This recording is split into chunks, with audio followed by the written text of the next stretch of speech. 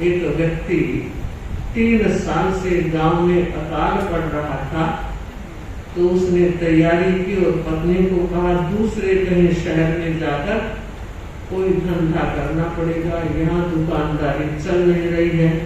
खाने की स्थिति भी बड़ी गड़बड़ हो गई। और पत्नी ने कहा आपने दिल की बात जान ली, मैं भी यही चाहती हूँ, यहाँ घर की व्यवस्था मैं देख लूंगी, आप कमाने के लिए जाओ। रास्ते की व्यवस्था वो कर रही थी, तभी पड़ोसी आया और कहा रामलाल जी आप कहाँ की व्यवस्था कर रहे हो, क्या तैयारी चल रही है? तो कहा भाई मैं कमाने के लिए परदेश जा रहा। तो रामलाल जी हाथ जोड़ता हूँ मुझे भी ले चलो। तो कहा नहीं, तुझे नहीं ले जाऊंगा, तू बोली का बारह झगड़ा करके आ जाए, पराए लोग पराई धरती, कोई परिचय नहीं पहचान नहीं, बिना काम की परेशानी बोल क्यों? कहा नहीं, ले जाना पड़ेगा। और आप कहो तो मैं मुंह के पट्टी बांधूंगा, टेप लगा। आप कहोगे तो ही बोलूंगा, वरना नहीं बोलूंगा। तो पत्नी ने इशारा किया 1 से 2 भले, इतना कह रहा है आप ले जाओ ना।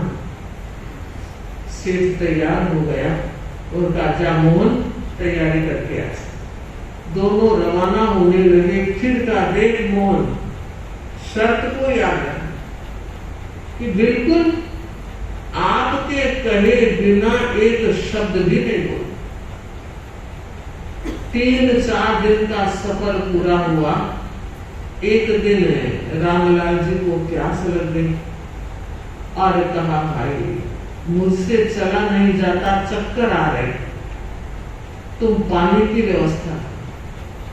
तो अभी लेकर आया, वो लोटा लेकर गया। तो जाते हुए का मोहन ध्यान रखना अकेला जा, लड़ाई करके मत आ जाना कि अरे थोड़ा तो विश्वास रखो, इतना तो मैं भी समझता हूँ। ठीक है भाई, फिर भी बड़ों का फर्ज होता है, जानते हुए भी वो कह देते हैं भाई थोड़ा ध्यान रख। वो गया, कुछ ही दूर जाने के बाद देखा एक महिला कुएं से पानी निकाल। जाते कहा अरे मेरे बाप की औरत एक लोटा पानी। बताइए कोई अजनबी व्यक्ति किसी अनजान महिला को इन शब्दों से पुकारेगा अरे मेरे बाप की औरत एक लोटा पानी दे, मिलेगा पानी? वो ग्रामीण महिला हठी कट्टी, आओ देखा नटा, लोहे की बाल्टी थी, सिर पे लगा, सिर से खून लगने लगा, चोट इतनी आई और बिना पानी लिए रवाना हो गया। कुछ ही दूर गया और गश खाकर पड़ गया, बेहोश हो। अब रामलाल जी इंतजार कर रहे हैं, कोई रामलाल जी इंतजार कर रहे हैं कि वो पानी लाएगा, पानी लाएगा, मगर देखा पानी नहीं आ रहा है तो सोचा किन्हीं पराए पद चिन्हों से, किन्हीं पराए पद चिन्हों से पारण जीवन पथ होता है, अपने ही आदर्शों द्वारा वाहित जीवन रथ होता है। उठे, चले और कुएं तक पहुंच गए। एक महिला पानी निकाल रही है।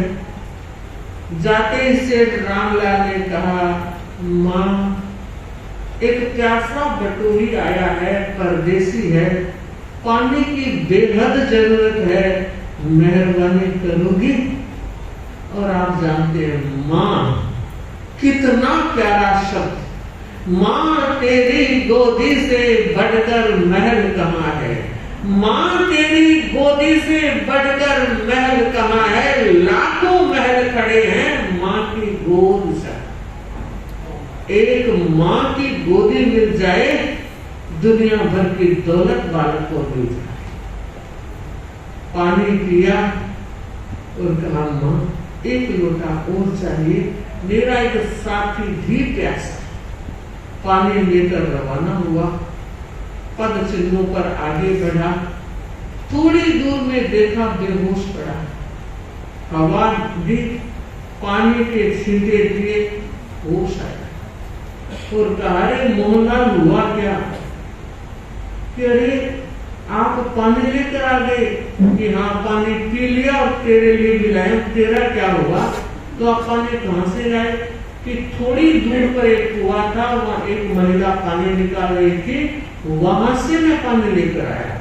तो आपने उसको क्या कहा? तो मैंने कहा, माँ एक लोटा पानी दे। तो कहा, यही बात मैंने की। अरे मेरे बाप की औरत कौन होती है? मैं ये बताना चाह रही हूं कि एक अर्थ होते हुए भी भिन्नता है। एक ने सिर उड़ाया, एक ने पानी दी। जरूरत है, बहुत बड़ी आवश्यकता है कि हम विचार कर बोले। एक राजा ने ज्योतिषी को बुलाया और कहा, मेरी जन्म कुंडली देखो, ग्रह गोचर देखो, मेरा भविष्य कैसा। उस ज्योतिषी ने कुंडली देखते हुए कहा, महाराज आपके रहते रहते आपका सारा परिवार शमशान घाट तक पहुंचा। बड़ा गुस्सा आया, मेरे रहते मेरा परिवार वहां पहुंच जाए। धक्का देकर निकल गया। कुछ दिनों के बाद दूसरा ज्योतिषी आया और कुंडली दिखाई। उस कुंडली को देखकर वो ज्योतिषी कहता है, महाराज आप अपनी उम्र में पड़पोते की शादी देखो। अच्छा, उसने ये नहीं कहा कि सारा परिवार चला जाएगा, पोते तक उसके रहते चले गए। कहने का ढंग था, बात वही थी कि राजा का आयुष्य लंबा था और परिवार वाले उसे पहले ही चले जाएंगे। बात वो की वो थी, पड़पोते की शादी देखोगे और आपके परिवार वाले निकल जाएंगे, चले जाएंगे। मैं ये बताना चाह रही हूँ, एक पूजा गया, एक ने जूते।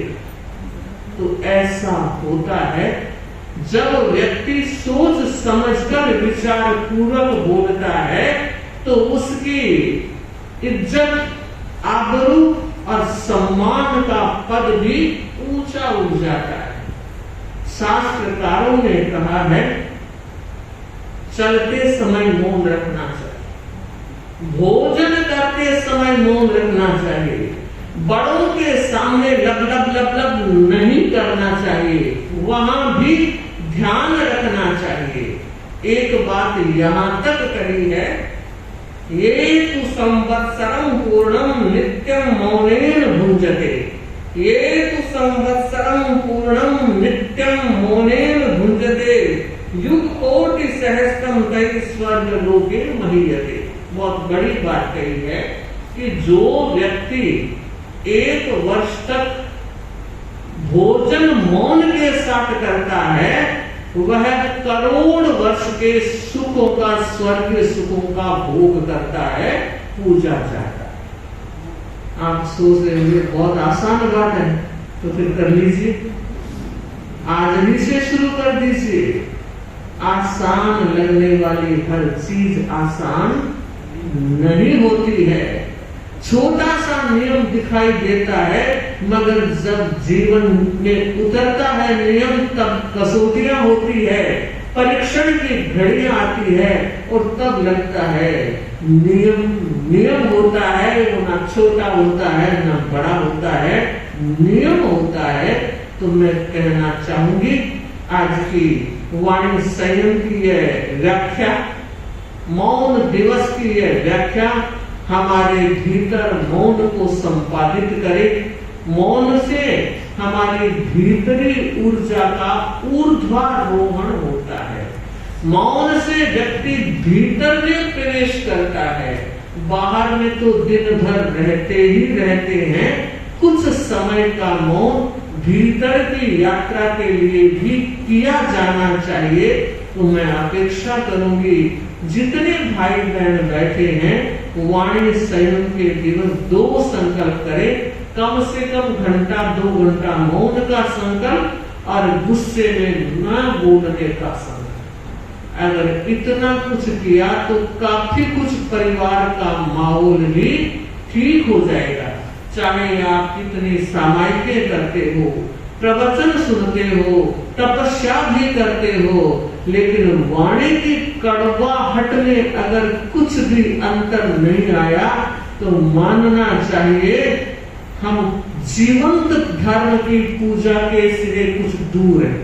हमें जीवंत धर्म की पूजा करनी है तो वो यही है कि इन छोटे छोटे नियमों के द्वारा हम अपने आत्मा को भावित करें, अपनी वाणी को संयम की लगाम दे, और वो लगाम आज और कल दोनों दिन उपयोगी होगी।